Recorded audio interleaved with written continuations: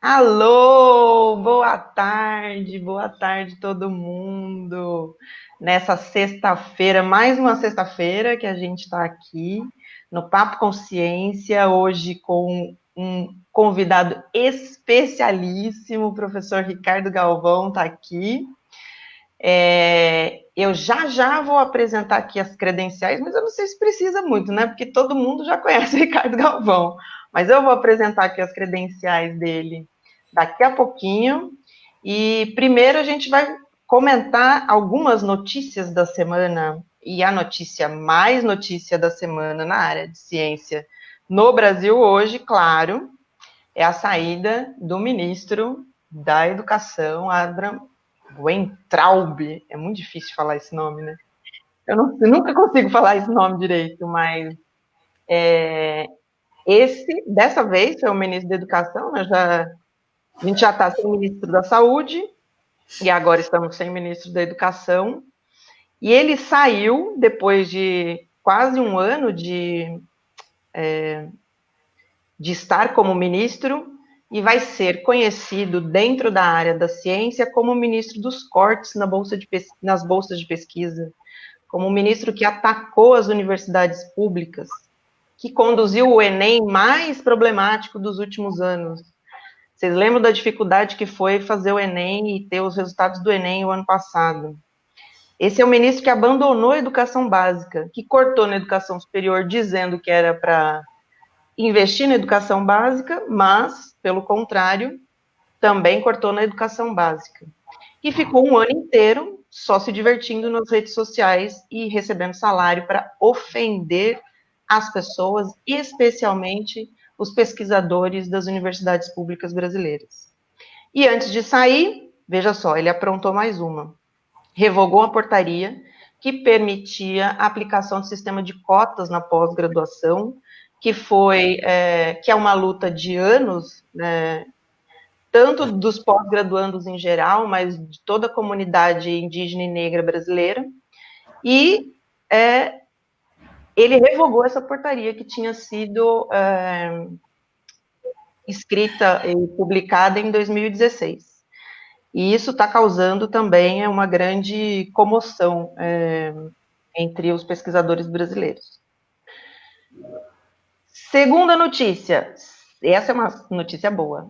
Cientistas brasileiros testam várias possibilidades de vacina contra a Covid-19. Uma delas usa nanotecnologia e está sendo essa linha de pesquisa que está sendo investigada pelo meu amigo professor Luiz Carlos, diretor do Instituto de Ciências Biomédicas da Universidade de São Paulo, e pelo Departamento de Bioquímica e Biologia Molecular da Universidade Federal do Paraná. Essas duas equipes estão trabalhando na linha de pesquisa da nanotecnologia para imitar os antígenos do vírus, coronavírus, certo? Essa é uma ótima notícia.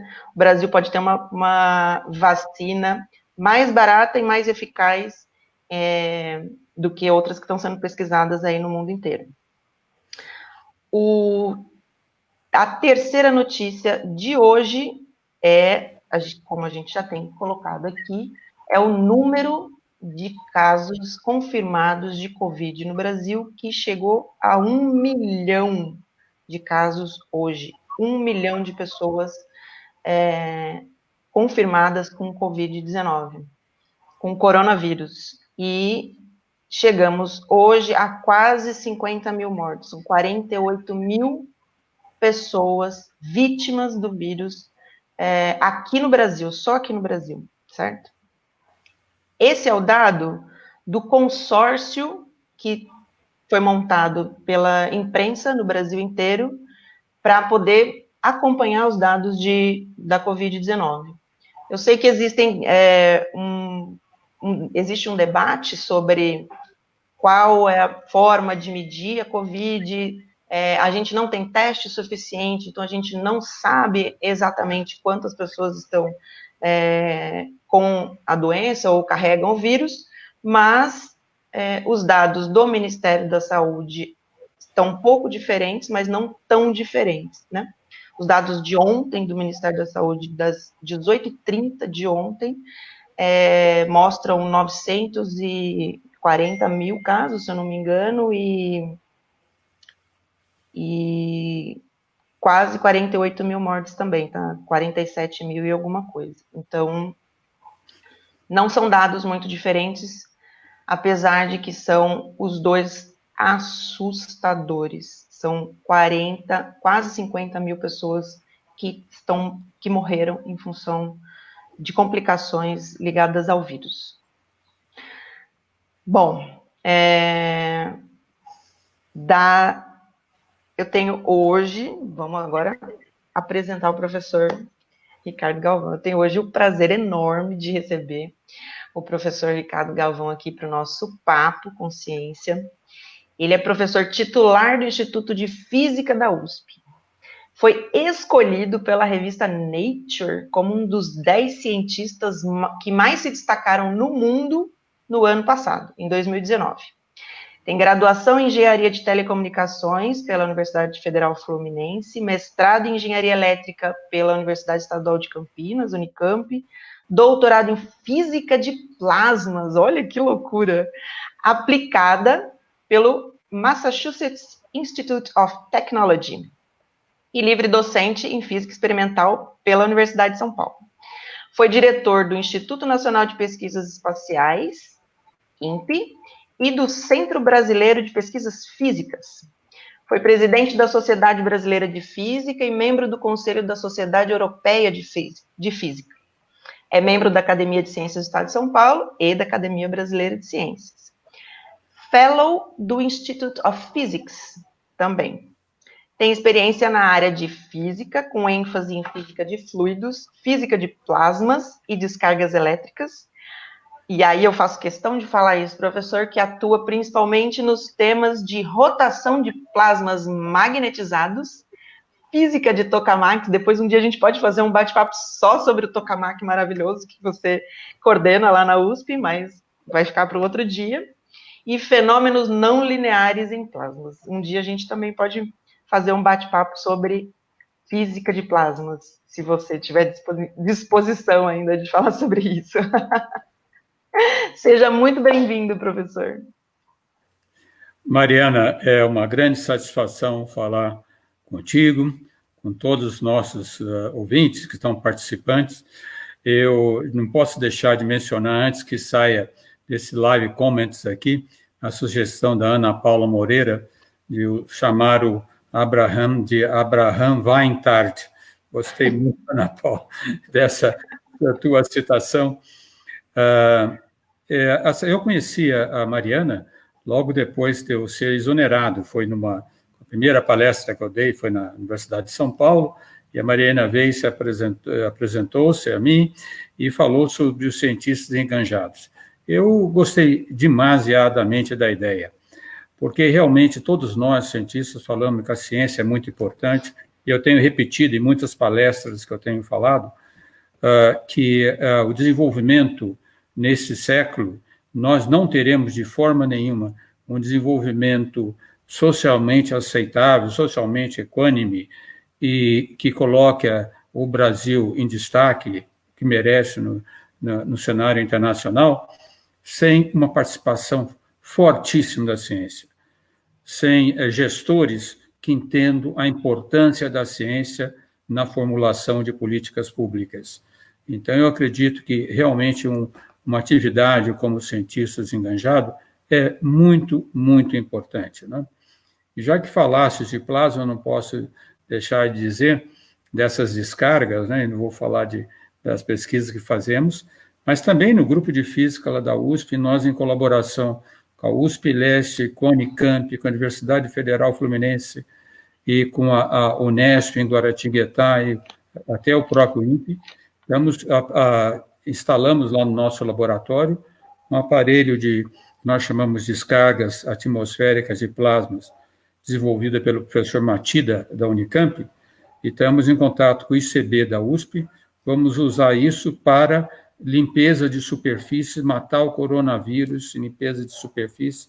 Então, eu acredito que isso mostra, não só na Universidade de São Paulo, mas todos os institutos de física e outras unidades em várias universidades do país, como a comunidade científica brasileira sabe responder, sim, aos desafios que lhes são apresentados pela sociedade.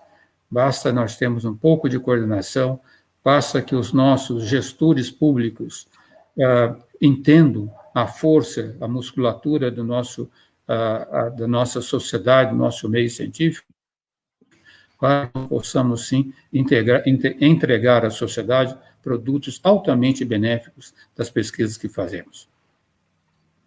Nossa, que legal saber disso. Eu não estava sabendo ainda desse projeto. Fantástico. A gente pode também depois chamar um pessoal que está participando desse projeto e fazer uma live sobre isso.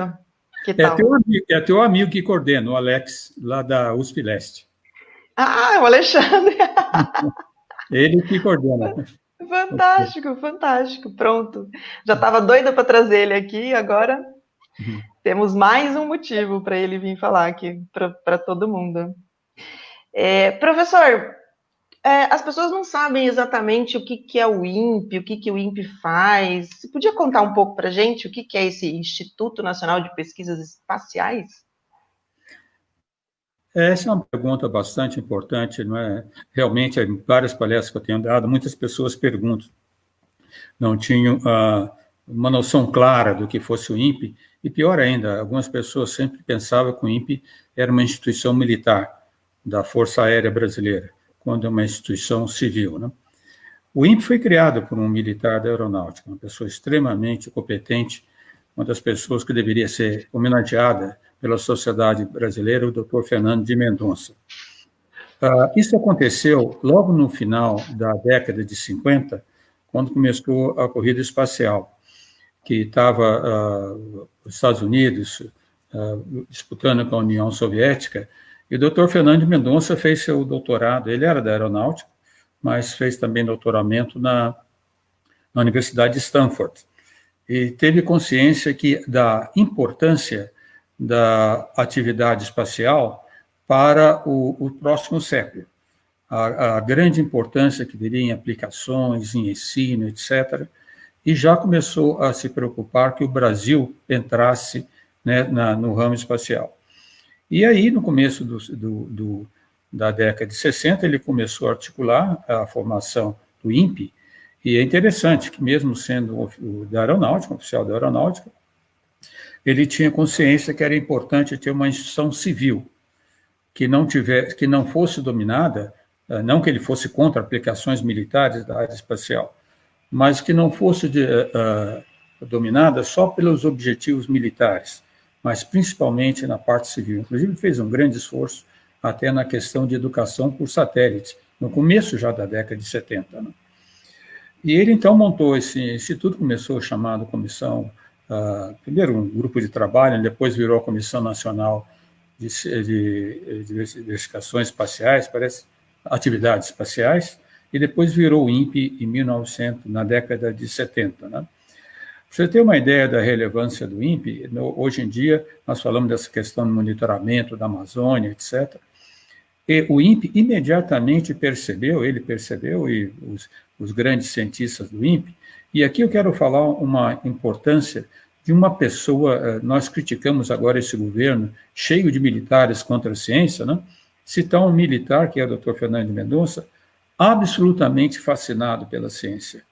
Ele percebeu que o INPE, para ser uma grande instituição, tinha que ter uma base científica sólida. Então, o que ele fazia? Todo ano, no começo, em janeiro e fevereiro, ele trazia de todo o Brasil engenheiros, físicos, matemáticos, químicos de várias áreas e dava um curso da ordem de 200 pessoas que vinham, que eram recomendadas pelos seus professores, e dava um curso de 2 meses de introdução à ciência espacial. E os primeiros 30 alunos ou 20 alunos desse curso podiam ficar no INPE e fazer um mestrado e doutorado. Com isso, ele acabou fazendo no INPE uma comunidade, uma equipe de trabalho extremamente capacitada.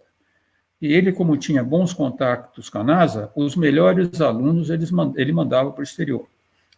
Então, com isso que vocês são novos, não lembro, mas quando eu era jovem, a meteorologia no Brasil era um fracasso. Se fazia previsão meteorológica praticamente à mão, com mapas sinóticos. Ele imediatamente percebeu como era importante para o país, para a agricultura do país, etc., que tivesse uma meteorologia forte.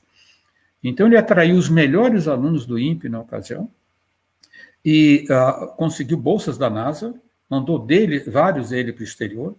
Um deles, inclusive, foi meu colega no MIT, o Dr. Antônio Divino Moura, que, quando voltou ao Brasil, que instalou todo o sistema de análise de meteorológica por satélite, que no final virou o CPTEC, o Centro de Previsão Numérica do Tempo, que nós sabemos da importância para o país que tem esse centro, fazendo a previsão para todo o país. Não é previsão só para quem viaja, para a agricultura, para a marinha, para a aeronáutica, etc.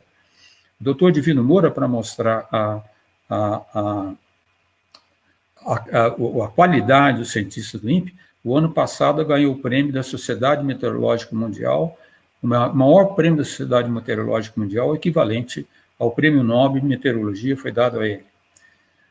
Já no começo da década de 80, o INPE começou a perceber, os cientistas do INPE, a grande importância que tinha fazer o monitoramento de desmatamento nos diferentes biomas brasileiros, em particular na Amazônia. Então, já em 1988, começou um programa muito grande de monitoramento na Amazônia e trabalhos sobre mudanças climáticas, etc.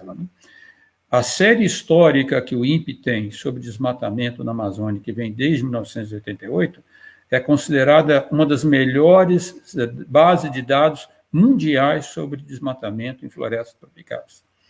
Eu mesmo já fui do INPE um ano, em 1970, voltei ao INPE, mas não tinha ideia da relevância, da importância do INPE internacional.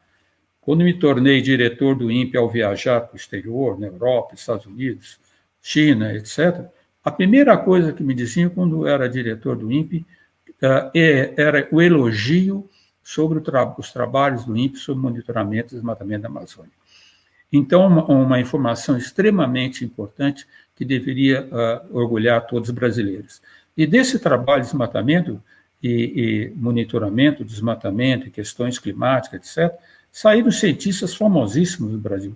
Um nós conhecemos, o professor Carlos Nobre, que aposentou-se já do INPE, hoje ele é professor no Instituto de Estudos Avançados, em São Paulo, mas em 2016 ele ganhou o prêmio Volvo, que é de proteção do meio ambiente, que é considerado um dos melhores prêmios mundiais. E assim por diante, eu poderia citar vários cientistas do INPE. Né?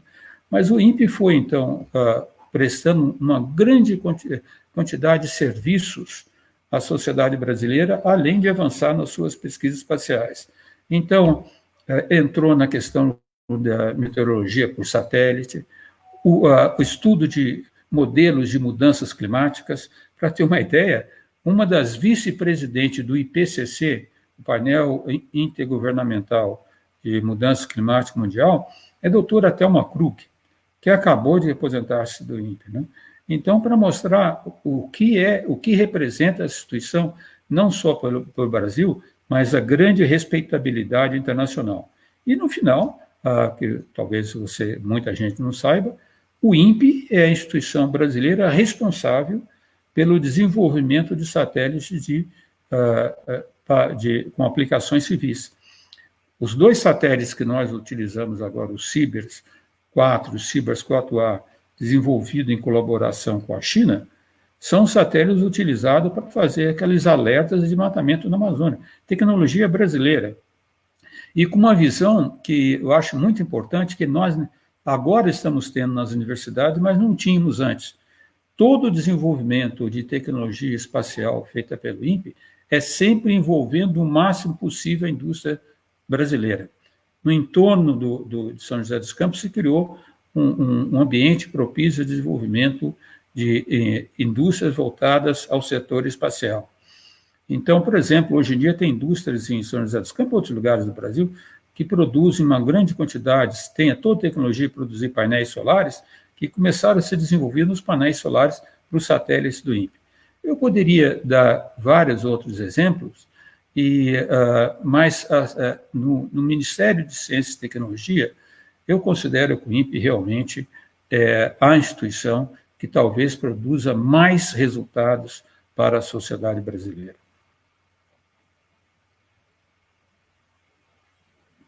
Teu telefone está desligado. Desculpa. E na época que você saiu do INPE, que foi exonerado, aquela confusão que teve, inclusive o governo Bolsonaro chegou a dizer que ia trocar o sistema de monitoramento, ia por um norte-americano, por um sistema norte-americano e tal. Eu queria... Qual que é a diferença do sistema brasileiro para esse que o Bolsonaro estava querendo adquirir aqui? Na verdade, esse sistema é um sistema de uma empresa chamada Planet, que é uma empresa que tem um conjunto enorme de satélites, mais de 300 satélites, pequenos satélites, que faz imagem praticamente de todo mundo. Essa empresa não é ruim, é uma empresa muito boa, e os satélites que eles usam, eles conseguem produzir imagens com uma resolução de 3 por 3 metros. Então, ver detalhes lá na Amazônia. E essa ideia de tirar um sistema de alerta do INPE e comprar dessa empresa chamada Planet, eu não sei se saiu da cabeça do Bolsonaro, mas certamente do Ricardo Salles. Desde antes de assumir, o Ricardo Salles já vinha falando bastante forte nessa direção e com uma política completamente equivocada.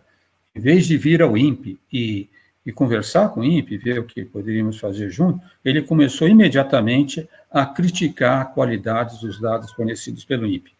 É o nosso sistema chamado DETER, o sistema que dá alertas de desmatamento. Esse sistema foi criado, eu não sei por que ele, na base que ele pode criticar, esse sistema foi criado pelo INPE sob demanda da Marina Silva.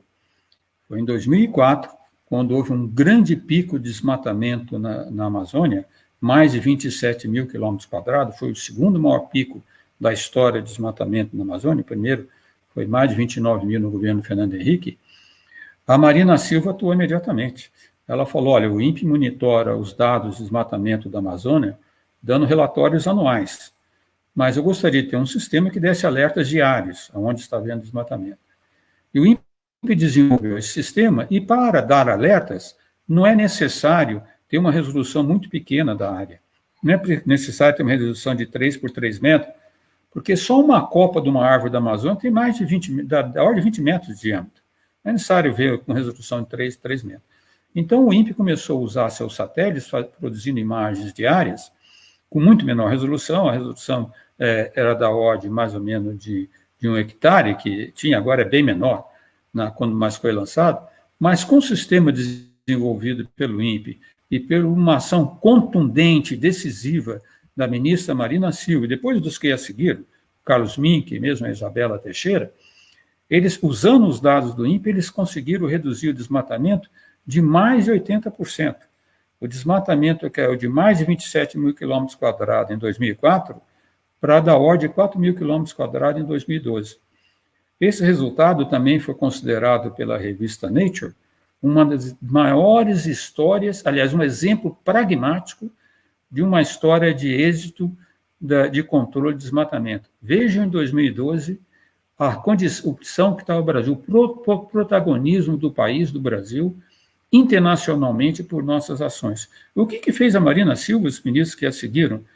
Usavam o sistema de alerta do INPE, mandavam fiscalização para as áreas maiores desmatadas e tomavam ações fortes imediatas, com apreensão de equipamentos e ações contra os desmatadores. Né? Isso foi... O ministro Ricardo Salles achava que nós não tínhamos, o nosso sistema não tinha resolução suficiente. Eu respondi, e isso que muita gente não sabe, que eu fiz aquele embate grande com o presidente Bolsonaro, mas desde janeiro eu tinha simplesmente sempre o INPE produzido relatórios técnicos, informado ao Ministério de Ciência e Tecnologia o que estava acontecendo. Eu não podia falar diretamente com ele, porque nós temos que seguir a cadeia de hierarquia dentro do governo. Né? Então, mandava o ministro Marcos Pontes, que não fez nada, nunca respondeu nenhum ofício meu, nunca. E é uma besteira, você vê quando uma pessoa é contra a ciência. Né? O problema, o Ricardo Salles queria, todas as reuniões que ele fez com a Planet, nunca chamou o INPE. Levou 2 militares, um deles me contou pessoalmente, participou da reunião, e outras pessoas que tinham interesse sobre a venda de imagens da Planet. Não que as imagens da Planet não podem ser compradas, pode até ser comprada. A Mapa Biomas Alerta do Brasil compra mapas da Planet, mas não são imagens que possam ser usadas por um sistema de alerta imediato, porque você veja, a Amazônia tem da ordem de um pouco mais de 4 mil, quase 5 mil quilômetros quadrados, 5 milhões de quilômetros quadrados, desculpe, da Amazônia, em torno de 5 milhões de quilômetros quadrados. Se nós formos ver toda a Amazônia com uma resolução de 3 por 3 metros e processar essas imagens diariamente, nem 2 vezes o maior supercomputador brasileiro, Santos Dumont em Petrópolis, teria a capacidade de processar essas imagens. Então, para que eu comprar isso? O que ele deveria ter feito, aliás, o que a Mapa Biomas Alertas faz. O que faz a Mapa Bioma Alerta? Usa as imagens do INPE, as imagens do sistema de alerta do INPE, pega aquelas áreas que são maiores de desmatamento e, para ver em detalhe onde foi desmatado, aí compra a imagem daquele local. E aí faz uma análise detalhada. Né? Esse tipo de conversa que o INPE, eu mandei um ofício, depois que o general Heleno, eu acho que 2 de junho, ou 2 de julho, não me lembro bem, deu uma entrevista à BBC, dizendo que os dados do INPE estavam sendo manipulados. Eu mandei um ofício detalhado ao ministro Marco Pontes, explicando o que estava acontecendo, o alertando que o embate contra o INPE ia prejudicar violentamente a imagem do Brasil lá fora, até sobre a questão de agronegócio, de vendas, ia prejudicar violentamente, e me oferecendo o INPE, o serviço do INPE, para fazer até sistemas mais desenvolvidos, explicar como é que usar, e fazer, como fazia no passado. Até final do governo passado, o Temer, eu tinha uma conversa sempre, quase semanal, com a Sueli Araújo, que era presidente do IBAMA. Qualquer problema que tinha, nós tínhamos um acordo de cooperação técnica, qualquer problema que tinha, nós tínhamos um diálogo aberto. Esse acordo de cooperação técnica não foi renovado pelo governo Bolsonaro. Por quê? Porque, talvez seja eu esteja insinuando demais, mas é claro, pelas declarações do presidente Bolsonaro, do Ricardo Salles, que eles consideram a preservação do meio ambiente contrária aos interesses econômicos do Brasil. Um absurdo. Certo? Eu acho que é um absurdo total. Né? E eles falando... o resultado que teve foi esse, inclusive, que você estava comentando comigo, né? Países da Europa, inclusive Estados Unidos, fazendo um embargo a produtos brasileiros que sejam oriundos de regiões desmatadas. Né? Não tenha a menor dúvida, né? Isso não tem a menor dúvida.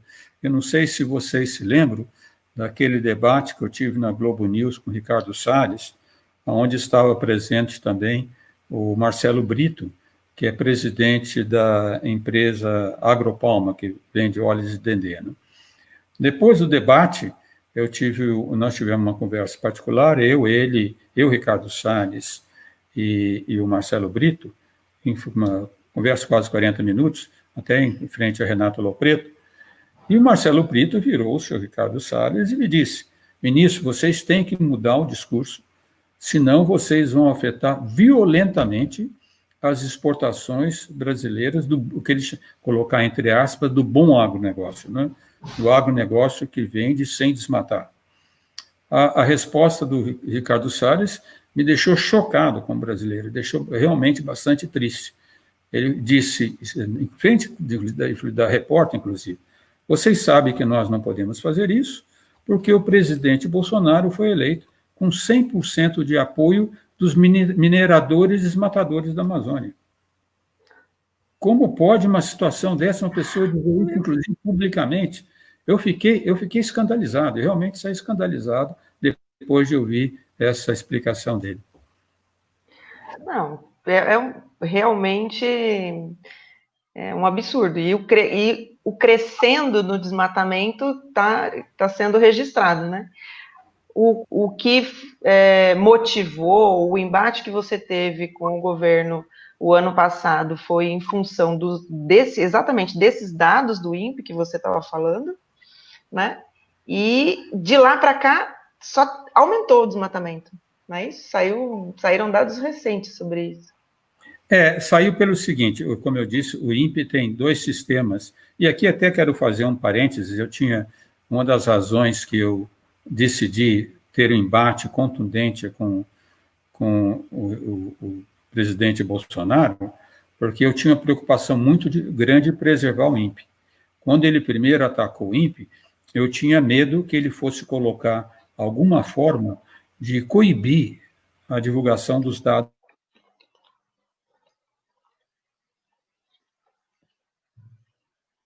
Não faça isso, por favor.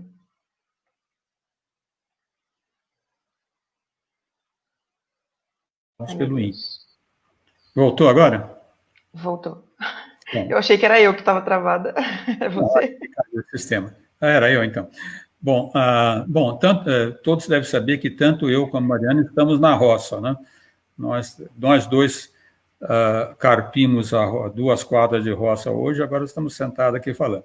E a internet é um pouco instável na roça, né?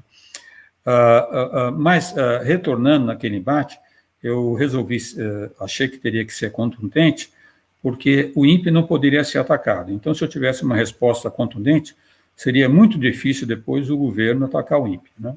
Talvez ia concentrar toda a sua resposta a mim, e foi o que fez, me exonerando, mas realmente o INPE continua divulgando os dados. O diretor interino, que me substituiu, não coibiu a divulgação do dado. E nem poderia, porque, como eu mencionei no começo da nossa conversa, a qualidade dos cientistas do INPE, não só cientificamente, mas como pessoas públicas, é enorme. Nenhum deles ia aceitar que a divulgação dos seus dados fosse proibida. Inclusive, que todos aqueles que têm interesse, eu os aconselho a ler um relatório recente que saiu do INPE, uma nota técnica do INPE há 2 semanas. O primeiro autor é o Dr. Luiz Aragão, que eu considero um dos maiores cientistas de meio ambiente do Brasil e do mundo, Dr. Luiz Aragão, que fez uma nota técnica, que foi até citado numa reportagem que saiu na Alemanha, que é bastante preocupante. Ele mostra que muito grande. O sistema PRODES, que dá o dado exato, mostrou que os dados de desmatamento que nós falamos ano passado ainda foi maior do que deve 9 mil e poucos quilômetros quadrados, passou de 10 mil. O começo desse ano, o desmatamento cresceu substancialmente, e isso é preocupante, porque essa é uma época que ainda não tem muito desmatamento, porque não acabou a época das chuvas, mas está um desmatamento muito, muito grande.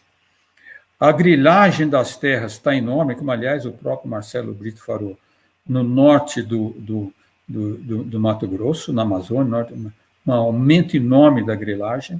A invasão de terras indígenas por mineradores ilegais, principalmente na Amazônia, está progredindo sem nenhuma ação efetiva do governo. Os ministros, os fiscais do IBAMA que quiseram apreender equipamento foram exonerados, 2 dos principais. E qual a preocupação dessa nota técnica do INPE? É que agora aumentou muito o desmatamento na Amazônia, e agora entrando a era mais seca, vai começar a era de queimadas. E no período de queimadas na Amazônia, nós sabemos que as doenças pulmonares aumentam muito. Então, está aumentando o problema da queimada, e o pico do coronavírus parece que não foi alcançado na Amazônia ainda.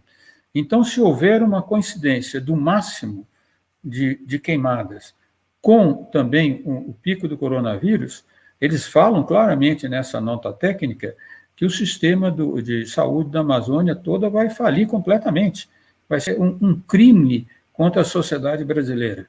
Então, eu estou alertando bem isso. Foi bom até que esse artigo no jornal alemão saiu alertando sobre isso, porque o governo, eu espero até que o general Mourão faça isso, afinal ele é o presidente do Conselho da Amazônia.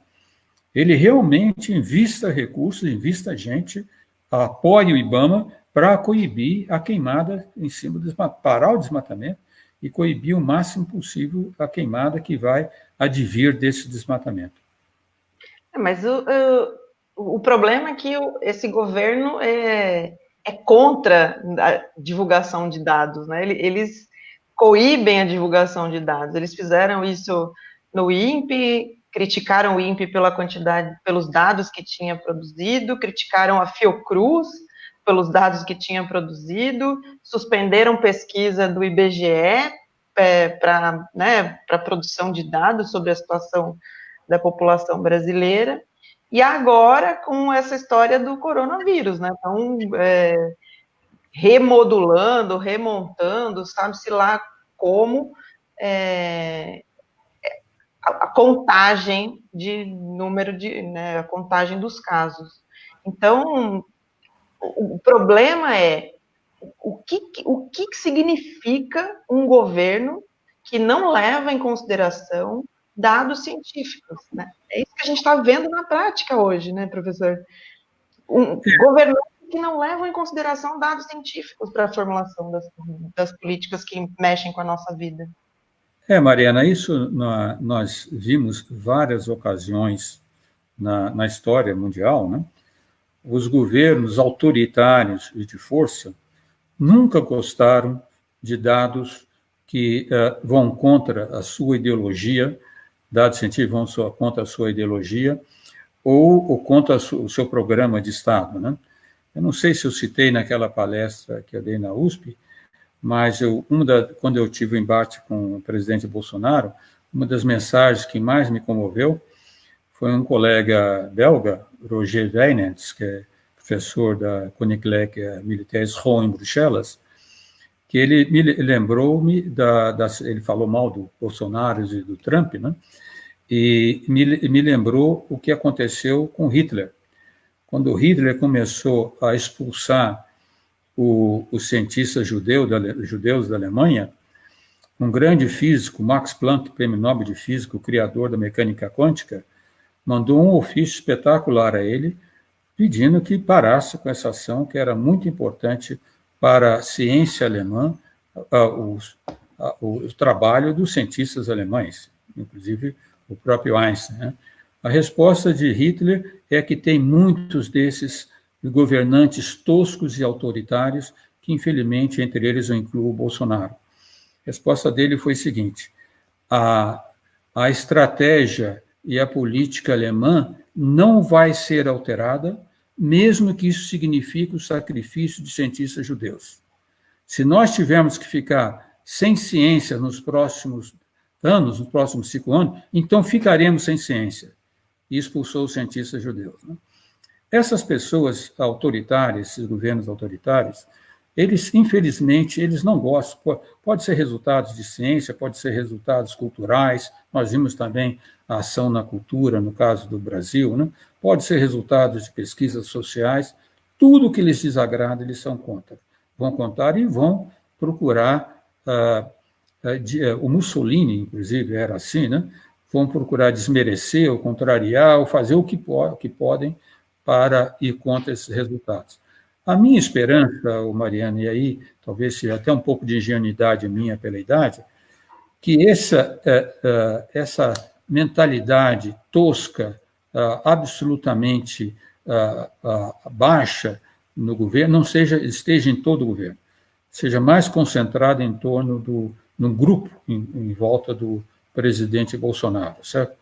Eu não posso acreditar, embora eu critique demasiadamente o número de militares que tem no governo, eu não posso imaginar, algum deles eu conheço, que oficiais generais que estão lá com uma boa formação, etc., têm uma visão dessa da ciência. Eles devem estar se sentindo extremamente incomodados, mas estão sendo covardes, desculpa, mas eles deveriam enfrentar o governo. Eles deveriam marcar, olha, daqui não passe, pelo amor de Deus, não faça mais isso, né? O que aconteceu no Ministério da Saúde foi terrível, né? Inclusive a portaria assinada pelo ministro interino, agora um general, permitindo usar aquela, como é que chama aquele medicamento? A cloroquina, né? Teu microfone está desligado, Mariana. De novo? Então, Tá? não, permitindo usar isso. Quando eu vi ele fazer aquilo, sem assinatura de um médico, eu me perguntei, será que ele vai assinar também os atestados de óbito depois, que vão decorrer disso? Quer dizer, qual é o resultado prático na vida das pessoas de um governo obscurantista? É esse, as pessoas morrem, entendeu? Eu acho que nós temos, de tudo, nós temos que tomar algumas lições, né? É importante que a sociedade brasileira entenda, e um pouco eu tenho falado nas palestras que eu tenho dado, parar de acreditar em salvadores da pátria. Isso não existe, certo? Isso não existe. E principalmente quando o salvador da pátria é um charlatão de circo. As pessoas precisam de ver isso. Parar de pensar se é de direita ou esquerda. Eu acredito que o presidente Bolsonaro nem saiba direito o que é direita ou esquerda. Talvez seja um conceito muito difícil para a sua mentalidade. A sociedade brasileira precisa de entender isso. Nós precisamos de parar de procurar. Nós temos, já que estamos falando de cientistas engajados, que a salvação do país tem que ser estruturada em partidos muito bem formulados, com políticas públicas claras, com diálogo, com um respeito à civilidade republicana, e é isso que nós temos que caminhar. Eu espero que a população brasileira, a nossa sociedade, aprenda com esse erro. Já passamos por isso com Collor, já passamos isso agora com Bolsonaro. Pare de dizer que é direita ou esquerda. Nós temos que ter políticos, primeiro, que saibam claramente, ter uma visão clara do progresso moderno, das estruturas modernas, do respeito, da civilidade republicana e que sejam capacitados. Nós não podemos mais ter gente incapacitada no governo. É verdade, você tem toda a razão. Bom, inclusive eu vou aproveitar aqui, então, já que você falou da política e tal, eu vou aproveitar aqui para anunciar para todo mundo que vai ter lançamento da pré-candidatura cientista engajada Mariana Moura no dia 8 de julho, às 5h30 da tarde. Podem ficar ligados aqui no nosso site, vai ter o lançamento da pré-candidatura cientista engajada vereadora em São Paulo esse ano, viu? Fiquem aí ligados. Professor, vou pegar aqui algumas perguntas dos nossos, de quem está vendo aqui a gente, né? A professora Érica Suzuki, oi Érica, tudo bem? Pergunta se, com esse governo e agora que não podemos sair às ruas por causa da pandemia, o que podemos fazer para inverter toda essa situação em relação ao meio ambiente, à ciência e à educação? Olha, nós temos que... a situação é realmente difícil, mas nós temos que nos articular o máximo possível, certo? Eu tenho sido convidado, desculpe, a várias entrevistas como essa. Para vocês terem uma ideia, por isso que eu tenho esperanças que o governo seja contra-atacado, eu fui chamado a ter uma reunião na semana que vem para o Tribunal de Contas do Estado do Amazonas. Eles estão fazendo uma reunião, que inclusive me convidaram o doutor Carlos Nobre e outras pessoas também do Estado. Eles estão tendo ações bastante contundentes, procurando ações contundentes para a questão de desmatamento na Amazônia. Infelizmente, ainda nós temos esses esforços não muito coordenados, mas é importantíssimo que a sociedade se articule através das mídias sociais, etc., através de programas como esse, que tenham o maior alcance possível. Isso até é curioso, né? Porque nós todos estamos em casa, não podemos sair às ruas. Mas muita gente está entrando nesse programa como o teu, como em outros programas, muita gente está procurando aonde tem informações, né? E isso, nós devemos aproveitar isso o máximo possível, ter pessoas com a capacidade de estimular ações concretas, fazer mostrar ao governo que a sociedade brasileira não está se calando, que a sociedade brasileira não aceita essa imposição autoritária da ignorância, né? Então, nós temos que trabalhar nesse sentido. Não vejo outra saída agora e procurar mostrar, como a Mariana disse que vai ser candidata, agora vereadora, mostrar aos nossos representantes, mandar mensagem, eu tenho feito isso, certo? A preocupação da sociedade, nos organizarmos em grupo, assinarmos manifestos, fazermos o máximo possível, e isso eu tenho visto que tem acontecido, porque eu tenho certeza que esse grupo junto do presidente Bolsonaro ele é sensível a isso. Os informantes que estão sabendo o que está acontecendo, sabe? Nas redes sociais. Nas redes sociais. E nós temos, essa é a atuação que nós podemos ter no momento. E eu acrescentaria, professor, que a gente precisa eleger pessoas comprometidas com fundamento científico, com dados científicos e tal, porque vereadores e prefeitos no Brasil inteiro hoje precisam tomar as decisões sobre ficar em isolamento, manter o isolamento nas cidades ou não manter o isolamento nas cidades. E essas decisões muitas vezes são tomadas sem o devido cuidado científico ou sem o devida informação ou, inclusive, por questões ideológicas, alinhamentos ideológicos aí ao presidente Bolsonaro, e acaba que coloca em risco a vida das pessoas. Então, a gente está vendo a importância, inclusive, de termos vereadores e prefeitos que tenham sensibilidade para as demandas da área da ciência. Exatamente. Mariana, eu quero aproveitar uma das perguntas que vieram aqui, porque eu acho importante, da Ana Paula Moreira. Eu acredito que a Ana Paula é da UFRJ, assim, se eu me lembro. É, do UFRJ. Que ela pergunta sobre a questão do turning point da Amazônia, né? Eu não sei se todos estão esclarecidos sobre isso, mas existe trabalhos feitos, principalmente do professor Carlos Nobre, do professor Lovelace, dos Estados Unidos, também e outros, que se o desmatamento da Amazônia passar de um limiar, a tendência a se tornar uma savana será irreversível, né? Então, o que acontece? A Amazônia como um todo, não só a Amazônia como um todo, segundo esses estudos, se tiver um desmatamento da ordem de 30%, depende dos modelos que são utilizados. Realmente, a tendência à savanização será irreversível, porque a Amazônia é um sistema extremamente complexo, que a umidade dela, o crescimento da árvore, depende das próprias árvores, né?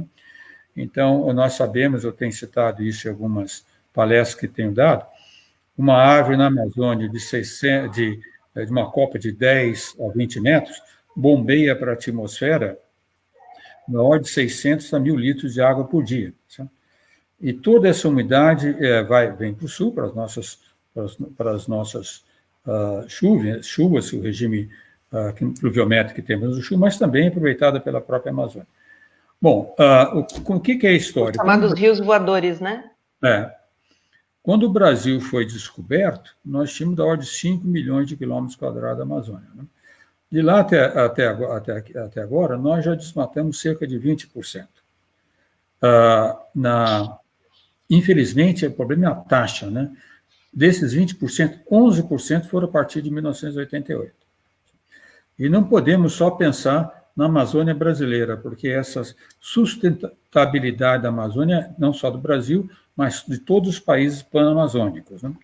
Infelizmente, esse desmatamento está ocorrendo também em outros países pan-amazônicos. Eu estive na Amazônia com uma equipe da televisão holandesa, que fez um trabalho muito bom sobre desmatamento em vários lugares. Eu estive com ele vendo a Amazônia brasileira, mas foram em outros países, no Suriname, na Bolívia, etc. E eu sei lá, aliás, quem quiser ver, depois eu posso mandar até o link para ver essa reportagem na Amazônia. Isso, a gente coloca o link aqui depois nos vídeos. Agora, o que eles me disseram é que está bastante sério, né? Por exemplo, no Suriname, eles viram um desmatamento grande provocado por mineração ilegal e também mineração estimulada por empresas chinesas. Então, a preocupação ambiental com relação à Amazônia é enorme, né? E na entrevista que eu dei a esse jornal alemão, que eu mencionei, é necessário que o mundo tenha consciência disso e tome medidas não só de criticar o Brasil, etc., os países panamazônicos, mas tome medidas construtivas, proativas para a preservação da Amazônia, para desenvolver uma economia baseada na sustentabilidade, talvez a economia 4.0, que fala o professor Carlos Nobre, ou outras, né? Mas que mostre que é, sim, economicamente viável explorar a biodiversidade da Amazônia de uma forma sustentável. Então, eu tenho citado muito em algumas palestras, foi quando eu estive numa palestra na Universidade de Colômbia em novembro do ano passado, e foi até bem recebido. Por exemplo, os países, até sob a égide da ONU, poderiam organizar um sistema de selo verde para autenticar os produtos criados nas florestas tropicais, respeitando a biodiversidade de uma forma sustentável, de forma que tivesse esse selo, que seria fiscalizado, que esses produtos teriam, então, uma diminuição grande de taxas de importação, facilitar a venda e assim por diante. A Amazônia, como um todo, nós tivemos na Amazônia, em Manaus, a implantação da Zona Franca de Manaus, que é importantíssimo para a renda do estado do Amazonas.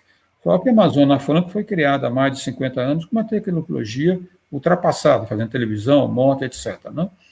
Por que o governo não atuaria, talvez, procurar apoio de outros países, né, em vez de ficar brigando com países, falando mal de Angela Merkel, etc., apoio dos outros países para criar vários desses zonas francas, vamos dizer assim, em diferentes locais da Amazônia, respeitando a vocação local, tipo de um arranjo produtivo local, certo? E colocando a parte científica, os empresários que queiram aplicar, procurar recursos externos para aplicar. Eu fui entrevistado agora por um representante da NORAD, da Noruega, que quer voltar agora a botar mais recursos no fundo, como é que chama, no Fundo Amazônia? Né? Fundo Amazônia. E eles me procuraram devido a isso.